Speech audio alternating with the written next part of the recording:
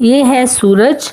सूरज बोलपुर नामक गांव में रहता है और लोगों का यह मानना है कि जो भी सुबह सुबह सूरज की शक्ल देख ले उसे पूरा दिन खाना नसीब नहीं होता।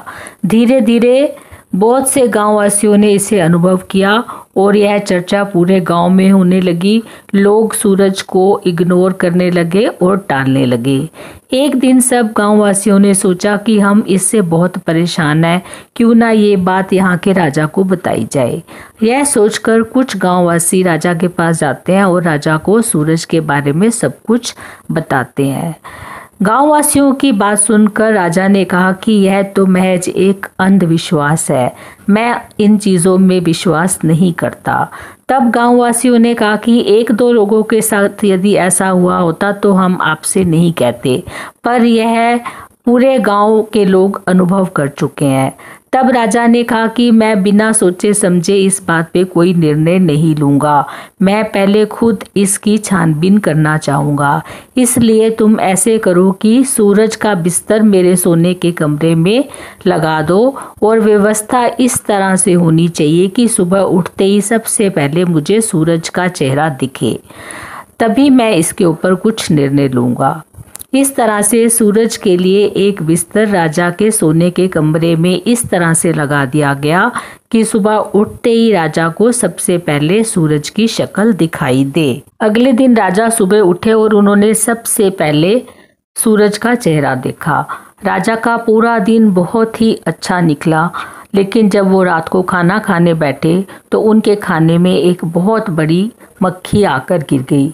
इसे देखकर राजा को बड़ी घिन हुई और उन्होंने खाने को वहीं छोड़ दिया। तभी राजा के चापलूस नौकर वहां आए और उन्होंने बोला, देखिए ग्रामवासी झूठ नहीं बोलते हैं, आज आपने भी इसका अनुभव कर लिया। आपने भी आज सुबह उठते ही सूरज का चेहरा देखा था, इसलिए आपको भी आज खाना नसीब नहीं हुआ। यह सुनकर राजा के दिमाग में भी यह बात बैठ गई कि शायद सारे गांव वाले बिल्कुल ठीक कहते हैं। अगले दिन राजा ने यह आदेश दिया कि सूरज को दरबार में बुलाया जाए और उससे इसके लिए कुछ ना कुछ दंड जरूर मिलेगा। जब सूरज ने यह बात सुनी तो वह बहुत डर गया और वह तुरंत तेनालीरामन के पास गया और उसने तेनालीरामन को सारी बात बताई। सूरज की बात सुनने के बाद तेनालीरामन ने सूरज के कान में कुछ कहा और फिर तेनालीरामन ने सूरज से कहा कि जब राजा तुम्हें कोई भी सज़ा देंगे उससे पहले पूछेंगे कि तुम अपने बारे में कुछ कहना चाहते हो तो तुम वही बात बोलना जो मैंने अभी तुम्हारे कान में बताई थी।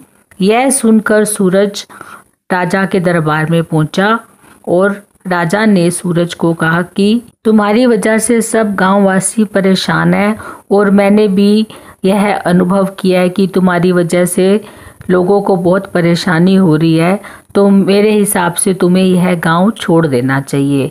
तब सूरज ने कहा, आपका न्याय बिल्कुल ठीक है, लेकिन मैंने भी यह सुना है कि यदि आपकी कोई सुबह सुबह शक्ल देख लेता है तो उस दिन उसको बहुत भारी सज़ा का सामना करना पड़ता है, और आज मैंने सुबह उठते ही आपकी शक्ल देखी, इसलिए आज मुझे यह सज़ा मिली। इसके बारे में आपका क्या कहना है?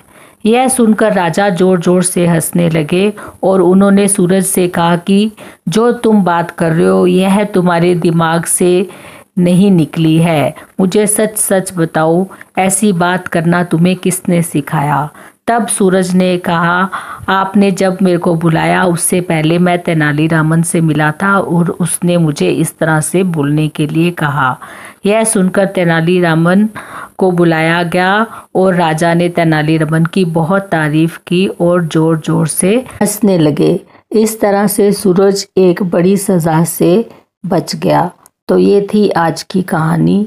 आई होप आपको पसंद आई होगी। Thank you so much for watching the video.